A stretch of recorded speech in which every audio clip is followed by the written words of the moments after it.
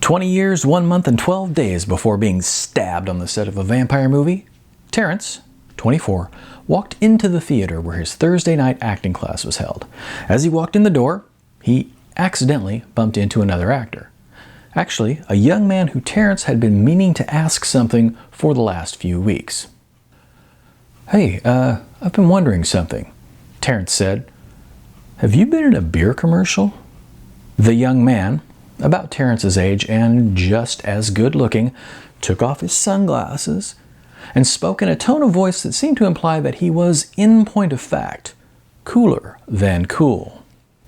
"Yeah, I've been in a beer commercial."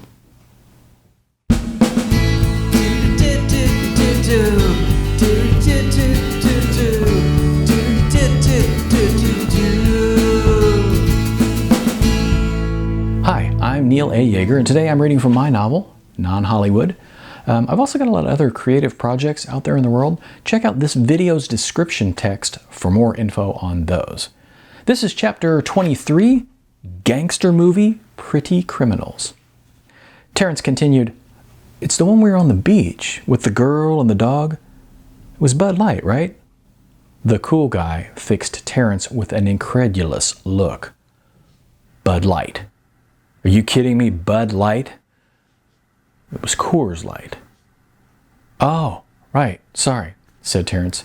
"You know, I've been thinking a lot about getting into commercials too. All the acting books talk about it. How did you get into it?" "Oh, screw commercials, man. That's not the way to go." "It's not?" "Hell no. Features. Features are cool. Do commercials, you find yourself being Mr. Wample for 30 years. "Mr. Wample? You know, the dude who's always squeezing the toilet paper?" "I don't think it's Wample." "You don't want to do commercials, man. They suck." "Okay, got it," said Terrence, while attempting to come off as cool as this cool guy. "But I thought they paid pretty well." "Well, yeah, they pay, but they suck. You want to do features, man. That's what I'm all about. That's what I'm actually doing next week." Terrence smiled and nodded. "No kidding. That's great." "Yeah, it's pretty cool." "So, what's this feature film about? What do you play?" Terrence asked. "Well, I'm the lead. It's this independent film," and at the words independent film, the cool guy fixed Terrence with a serious look and said, "But it's a cool independent film, all right? It's not one of those stupid ones where they sit around and talk about philosophy or where some guy realizes he's gay or some shit like that. This one's going to be cool." "Okay," said Terrence. "It's a gangster movie. The director describes it as a modern-day take on The Godfather." "That does sound cool." "Yeah, it does sound cool." "So, I'm like the leader of the gang. All these criminal types, it's going to be cool, man. Better than any damn beer commercial, I'll tell you that." "That's great. I'd kill for something like that." The cool guy looked Terrence over and said, "You know, the script says I'm supposed to have a gang, kind of like an entourage type of deal. Bunch of dudes following me around all the time. No lines for them. But the script says that it makes me look more powerful to have dudes hanging on my words. The director told me I could put a few friends in there." The cool guy looked Terrence up and down, then asked, "You want to be one of my gang?" "Really? Hell yeah, I would.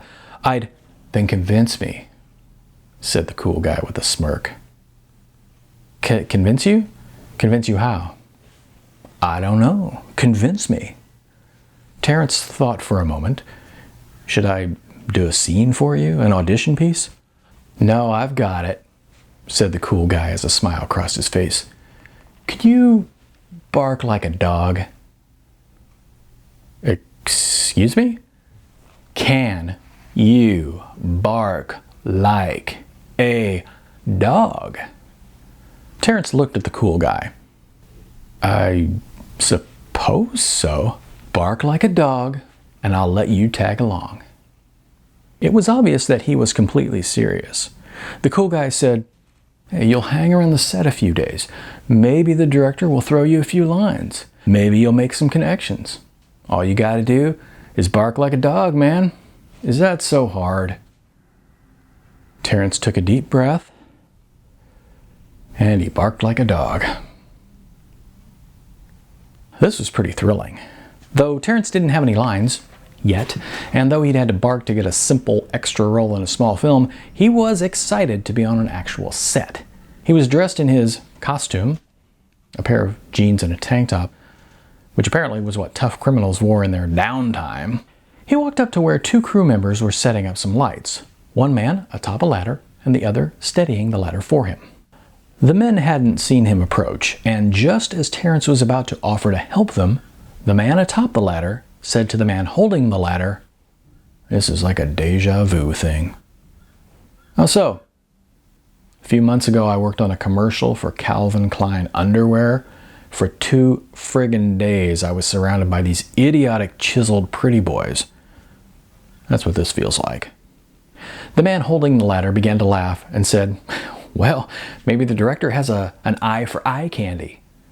"Yeah, obviously," said the man atop the ladder. "But this is supposed to be a tough crime film, you know? These characters are supposed to be criminals. You don't hire pretty boys to play criminals. That's like casting 101. You hire dangerous looking guys, you know? Robert De Niro types or Lee Van Cleef types. Guys who look at you and you know that they wouldn't hesitate to kill you." "You don't believe these guys could kill you?" asked the man who was holding the ladder. "Oh, they might powder puff me to death. No, not one of them looks dangerous. And I'll bet you that most of them are terrible actors. I bet money on it." Wait a minute," said the man holding the ladder. "How do you know they can't act? Just because they look good? I mean, look at someone like Paul Newman. My wife thinks that Paul Newman is the most handsome man on the planet. If Paul Newman asked her to run away with him, I wouldn't stand a chance. And Paul Newman is a great actor." Oh, I'm not saying that good-looking people automatically can't act. There are some good-looking people who are great actors, like Paul Newman. What I'm saying is that if you're good-looking enough, you can get cast even if you can't act. That's what I'm saying. And I know that this movie is just some tiny low-budget thing that no one will ever see, but the problem here is the problem all the way to the top. This is exactly what's wrong with this business right here. The man atop the ladder made a few more adjustments to the light. After a few moments of this, he carried on with his conversation. Okay, let me put it another way. Basketball. Say you're watching Lakers and Celtics. Do you ever see a player, even one player, who just flat out can't play?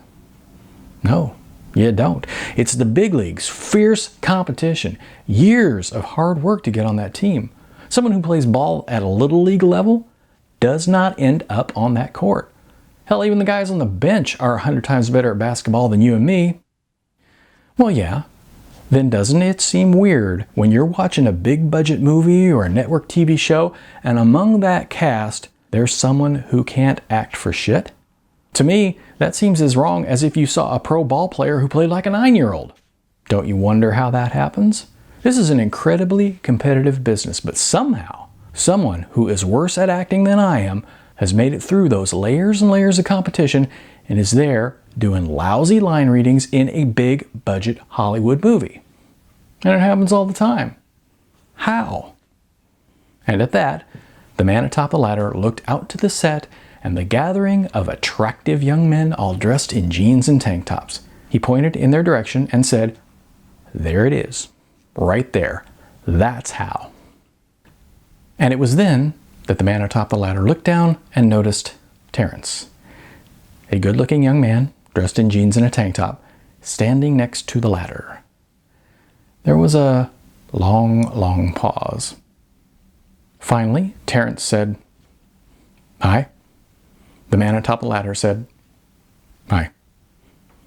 And after another long pause, Terrence walked out onto the set.